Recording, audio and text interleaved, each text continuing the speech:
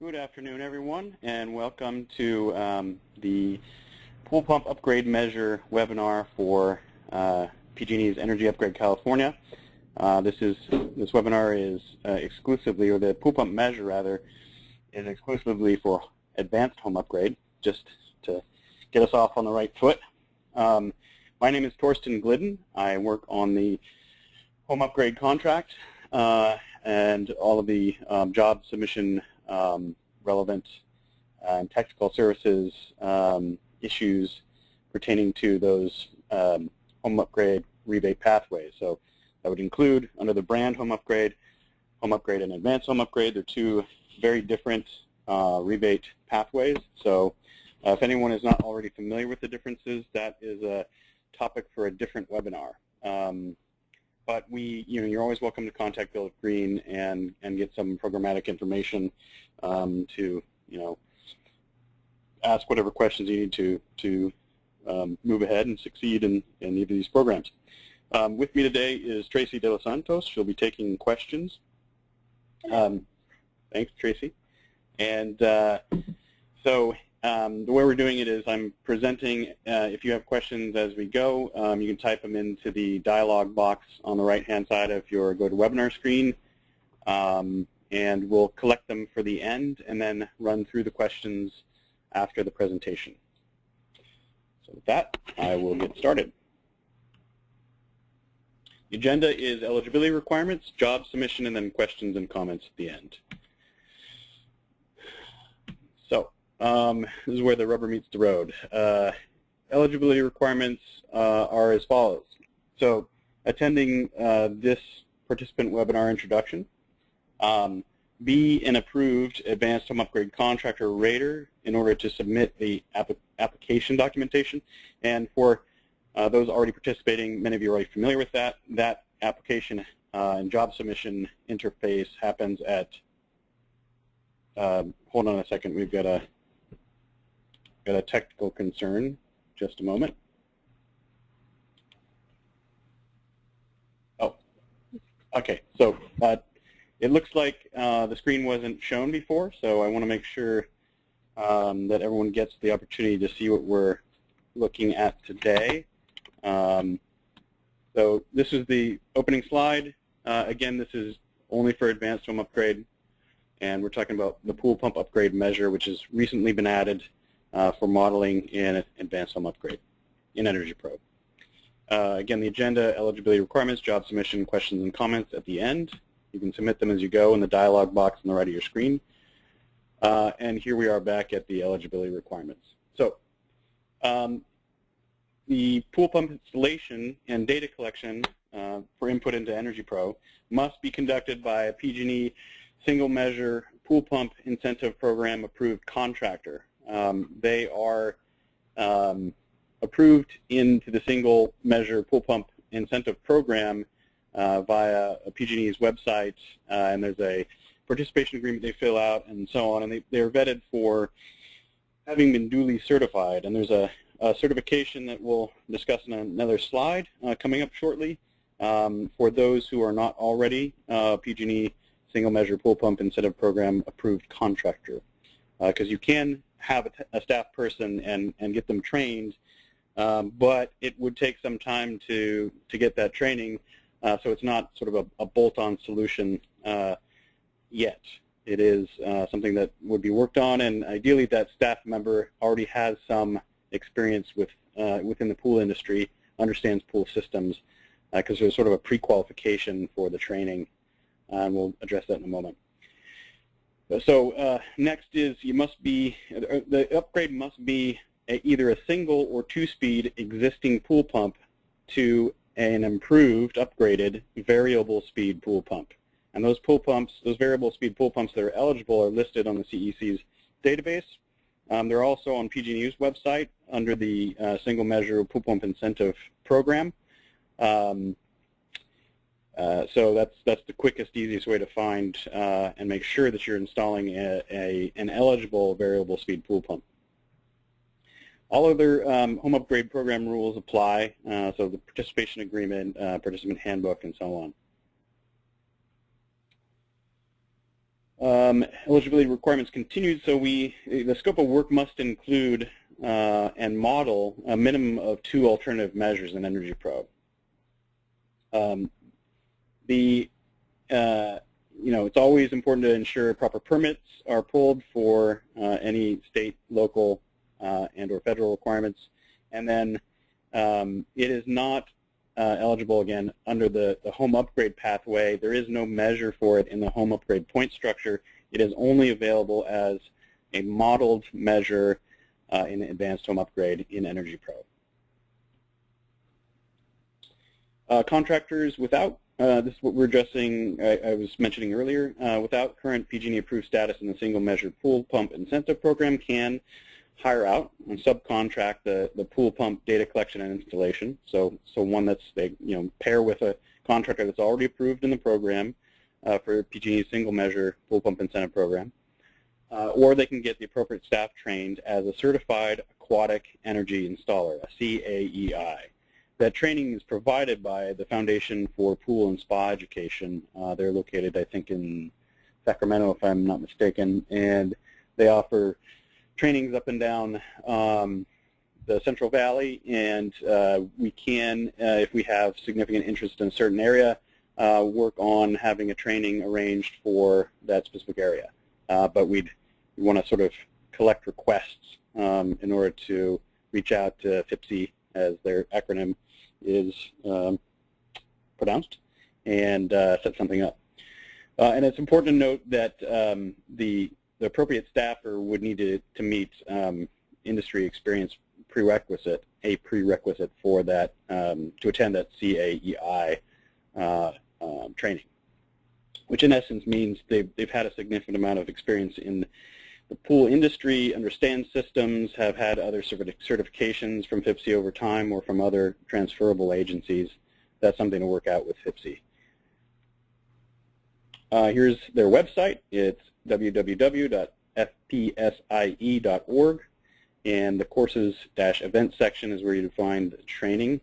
I think at the moment they're in the process of setting up some new dates, but that will be something you check back with. You can also check with Build It Green to get the latest information, because we'll be updating that on a regular basis as well. Again, they're also accessible from the PG&E website. So if you can see my cursor here, down at the bottom, oops, I just moved our slide. Down at the bottom, you'll see a link to the same site.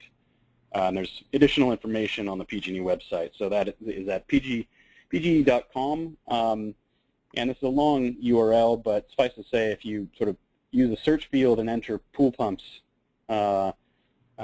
you should find the link pretty quickly. The website changes on occasion, so the search feature is probably the fastest way. So, job submission.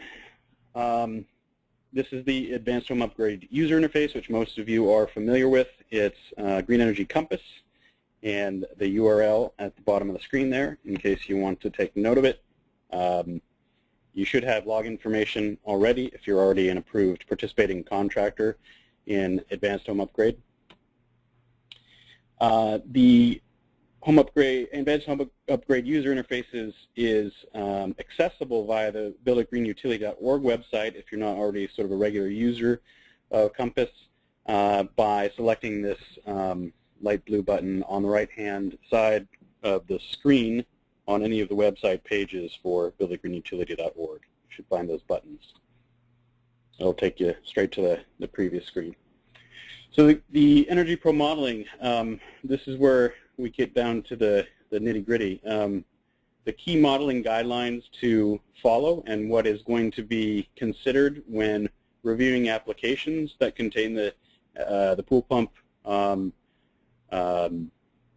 energy efficiency measure as a proposed alternative, or in fact installed alternative, depending on whether it's test in or test out Energy Pro model. And for those of you who would like clarification on those two terms, or pre-installation or post-installation is the easiest way to clarify it, but we can address that over a longer conversation if needed. That's really part of a different webinar or a different mentoring session. But most of you who are already participating should be familiar with it. So here are the key modeling guidelines. Isolate the pool pump as the energy efficiency variable. That's the key to all of the considerations here, really. So all the other stuff sort of is directly tied to that one sort of theme.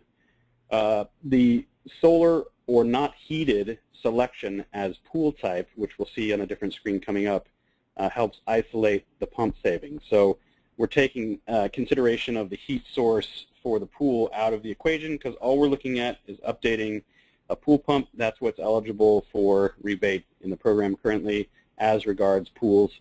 So we stick to isolating the pool pump itself. The system details should be the same. So the way the system is configured, the type of system should be the same on the existing, the building tree side as the alternative upgrade input panel side. And we'll see a visual of that upcoming. But it's in essence, it is that it's not easy to change any of the system characteristics of a pool. You have to hammer through concrete, change pipe, yada yada. So it also opens up the possibility for not really isolating the pool pump. So we want to make sure that when it's modeled on the existing side, how it's modeled on the existing side is the same as the alternative side. The ideal target for both existing and alternative is 1.5 turns per day, but we will accept a range variation of 1 to 1.5 turns per day. Now that's essentially, it's sort of like equivocal to air changes in a way. It's like the time it takes, but in pool water capacity, the time it takes to circulate all the water through the number of cycles per day to evacuate all the water and replace it with new water in the pool systems, in the pool. The energy spread modeling. So you begin by adding your existing building conditions, which many of you are familiar with already. Here's the existing building tree. You've got your basic rated home details, your water heater system, your HVAC system, your zone, the conditioned floor area within the zone, and the floor assembly, the roof assembly, the wall assemblies, quantifying window or fenestration for those particular walls, etc. These are things that most of you already know. And it would be just simply go through the process of setting those all up first. And if you want to isolate the pool pump variable to see what the difference is specifically, this is the easiest way to do it, is come back and model the pool after you set up the rest of the house. So you have a general sense of what the savings will be for the house without the pool pump, and then you can go through the process of modeling the savings expected for the pool pump upgrade.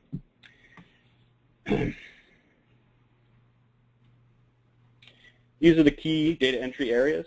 So again, as we addressed, we're isolating the pool pump as the energy efficiency variable, the savings of that particular item.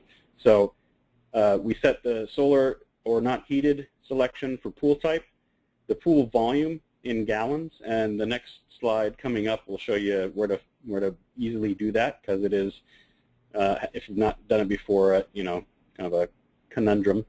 The filter type, it's important, to collect that data in the field, select the right filter type. The choices are, and at some point we'll have probably a video tutorial running through Energy Pro itself, but I'll just have to explain it for the purposes of this webinar.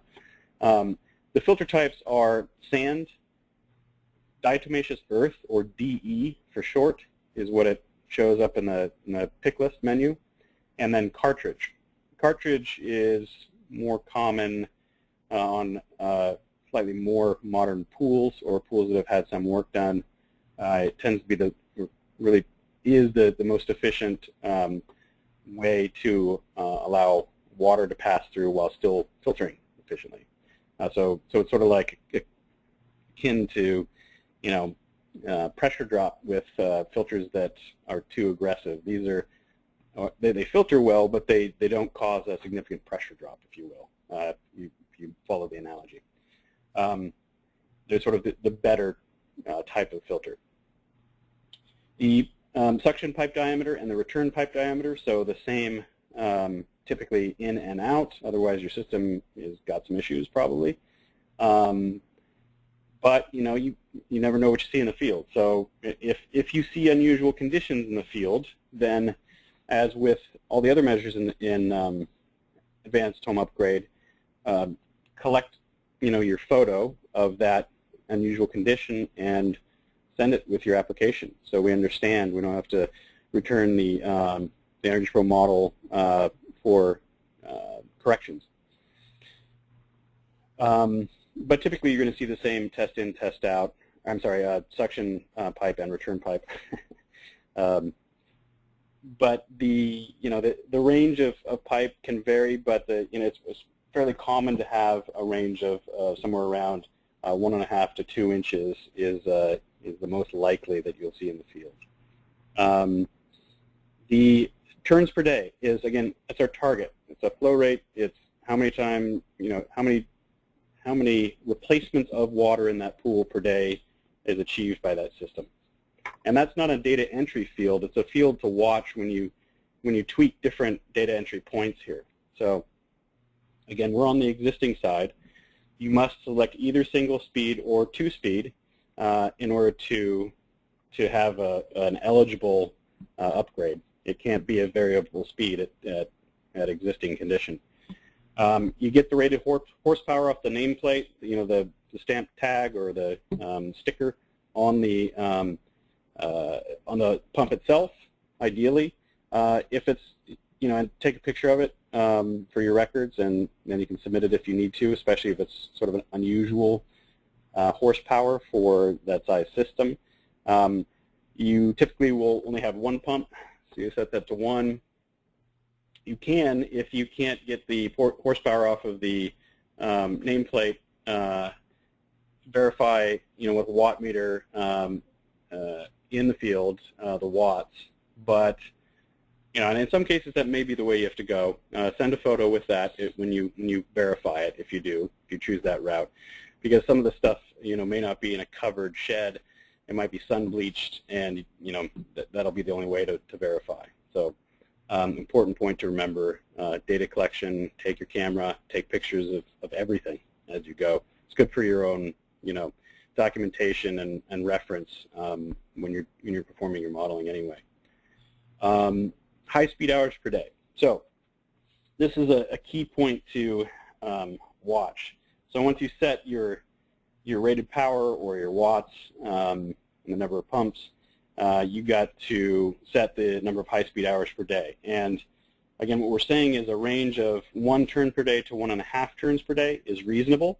So whatever the actual situation is, and you can gather that information typically from the homeowner, but when in doubt, when the homeowner doesn't know, if there's no other professional available that maintains the pool to tell you, or you can't find the setting, you're having difficulty finding what that should be, making sure that it is between 1 turn and 1.5 turns per day is a fair way to model, and on both sides, existing and improvement or upgrade, and we will accept that. But do your best to document what the actual situation is.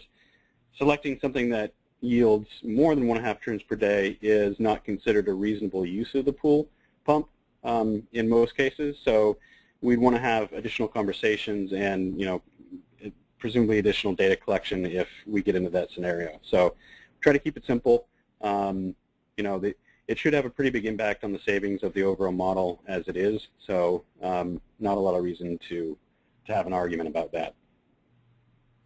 The cleaner booster pump. In most cases, you're going to want to stay away from that. It is possible to consider that for modeling, but we'd want additional documentation and system configuration information in order to consider that. But in most cases, you stay away from that. Really, the program is really just about an upgrade on the primary pump. So anything that added the cleaner booster pump would have to get special consideration and would take extra time in desktop review. So you got to kind of weigh your options with your client, see if that's something they're really interested in or whether it really makes a difference for you, whether it's accurate.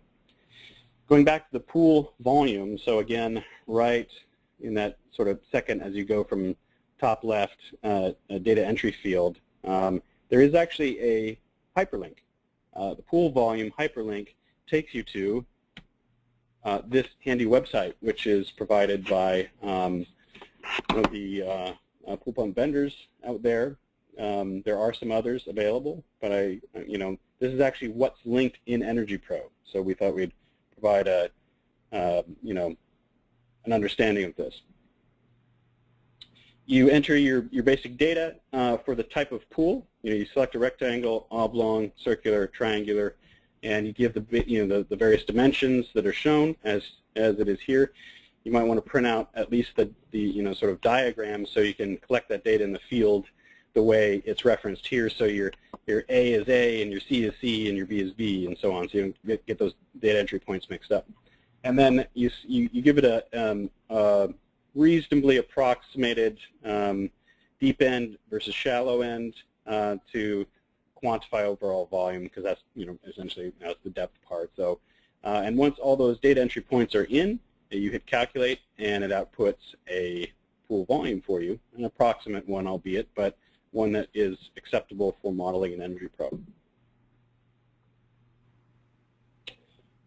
Here's the blow-up of the graphic for the cleaner booster pump, which we've already addressed.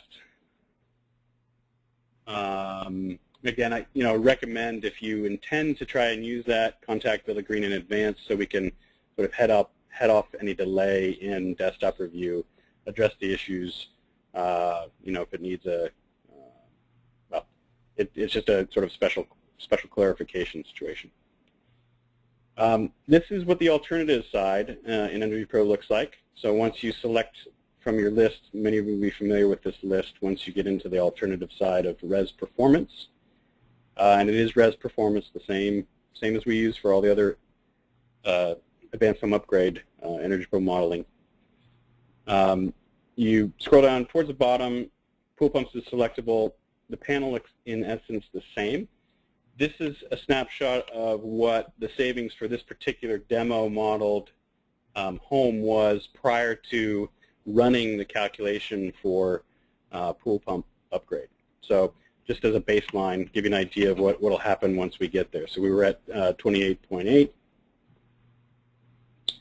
Take note of that for later.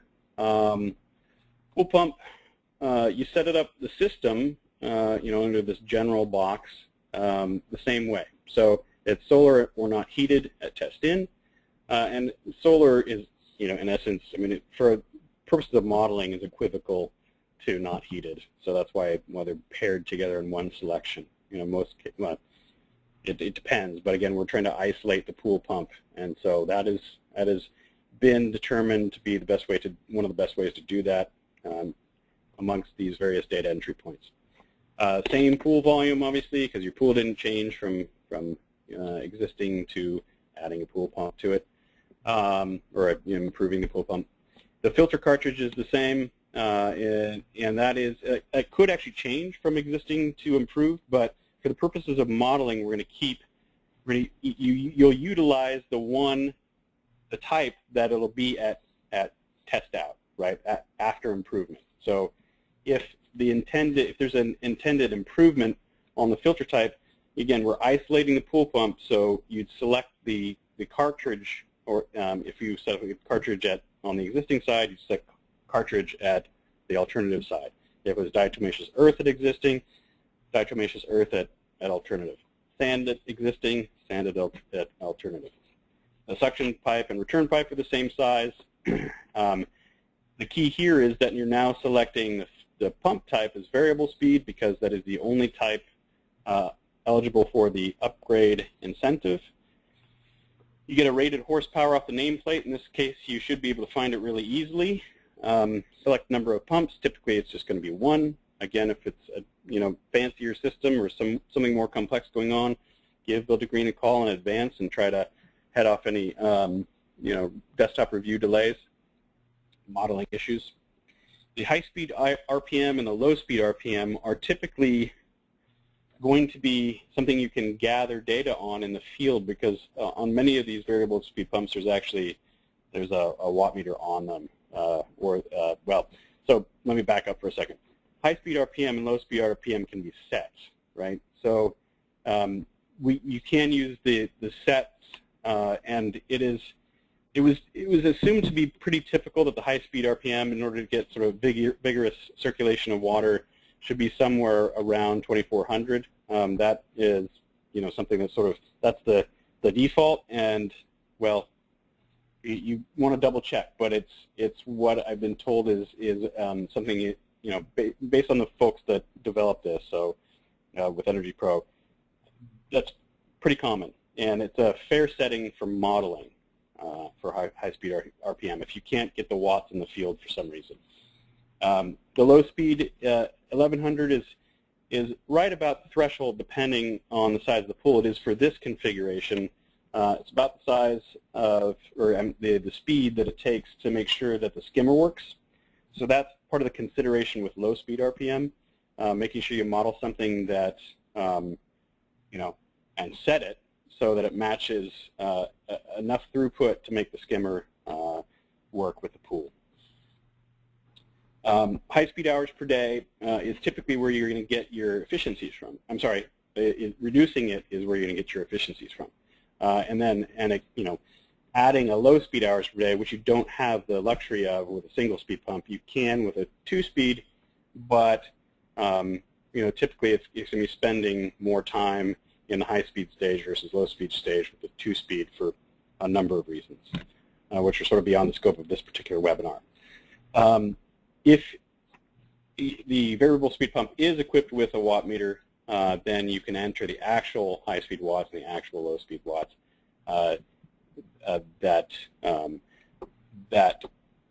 are observed based on the settings for high-speed and low-speed.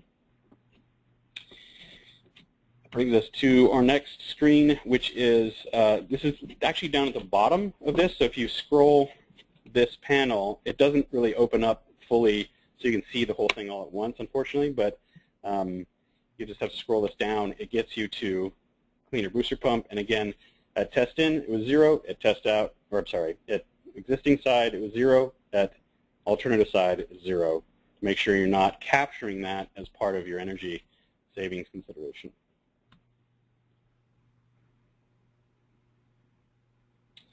The next step is actually just to run your calculation. So select the Calculate button at the top of that Energy Pro window that most of you are probably already familiar with, and run your calculation. And in this particular case, we netted about 5% savings. In many cases, you'll do better than that. If the low-speed hours and or high-speed hours were a little bit lower for this particular pump, we'd do a little better. But again, we were trying to target something close to 1.5 turns per day, both at existing and alternative. And depending on the configuration in the home and all the other things modeled, it'll have a greater or lesser impact because it ties to electrical savings based on the fact that it's a electricity supplied device, piece of equipment. So that gives you some idea of how to set up and run the modeling for the pool pump alternative in Energy Pro. Again, once you're finished with that, you get your savings adjusted based on adding that measure. You always want to remember to save your BLD file in that state and then output an XML file for upload. Both files actually get uploaded to Green Energy Compass for that particular job. And the type of XML file we use is the Title 24 XML schema file. And with that, we are pretty much through our webinar. Questions and comments? And here are some program contacts and next steps. Again, for most information, you can go to builditgreenutility.org, and that is the program portal, and it's got updates to the program, recorded webinars, documents, training dates, etc.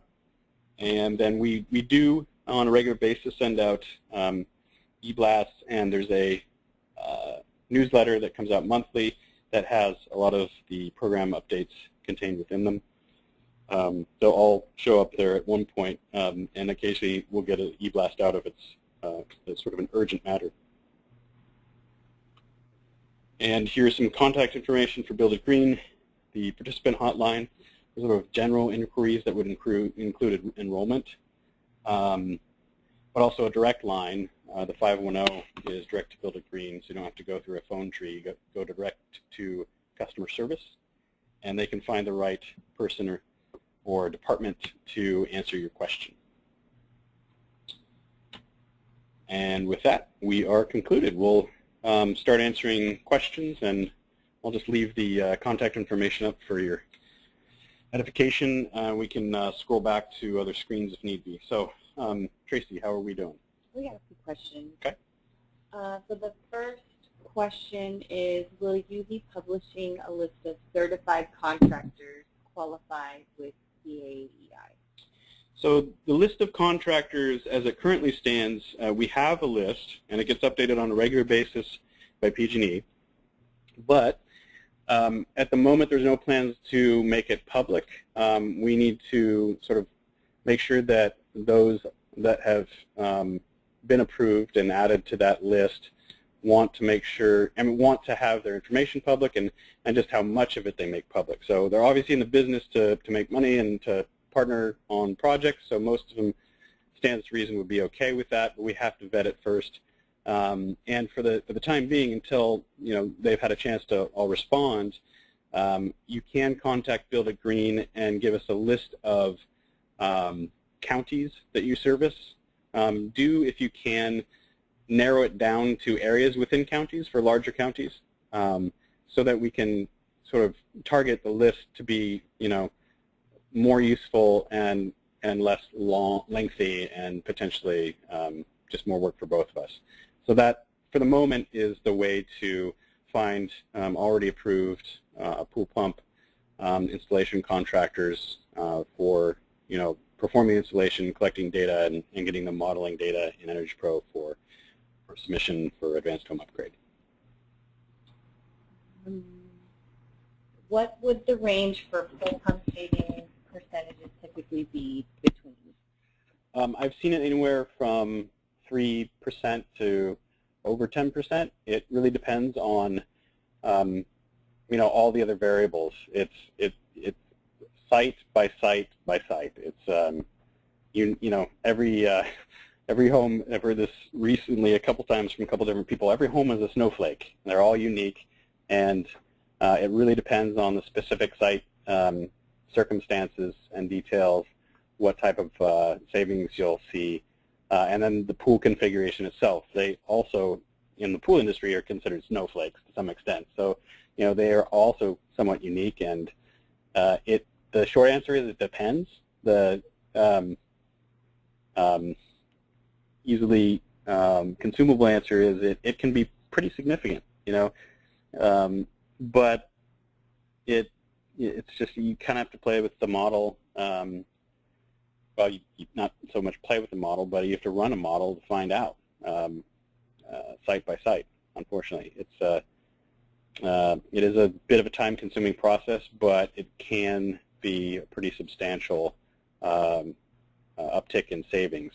Oftentimes is the difference between one rebate tier to another. So, crossing the percentage threshold from 1,500 to 2,000, or so on and so forth. Anything that nets more than 1 or 2% savings is very commonly something that does that. But it really just depends on the particular site circumstances. The question here asking if you could explain again where the high speed per hour comes from. So with single-speed pumps, there's only one speed, as it's a single-speed pump. It's in its name. But with two-speed pumps, you can run it at different speeds. And depending on the other system characteristics, that'll sort of determine how long it needs to run at high speed versus low speed. The same is true for variable speed pumps, really. It gets back to targeting that 1.5 turns per day. So making sure that the turns per day is between 1 and 1.5 turns, ideally 1.5 so the ideal filtration of the water, making sure the pool water is clean, make sure the pool is healthy, in essence. That 1.5 turns per day is the sort of the target, but we'll accept a range of 1 to 1.5 hours. Sorry, 1 to 1.5 turns per day.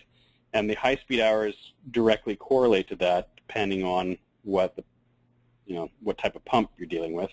Actually, any type of pump, it has a direct correlation, but it just depends. If it's 2-speed or variable, you have the added low-speed hours per day. So these are settings for the 2-speed and variable speed pumps, and it's typically determined by the pool installation professional and or the homeowner.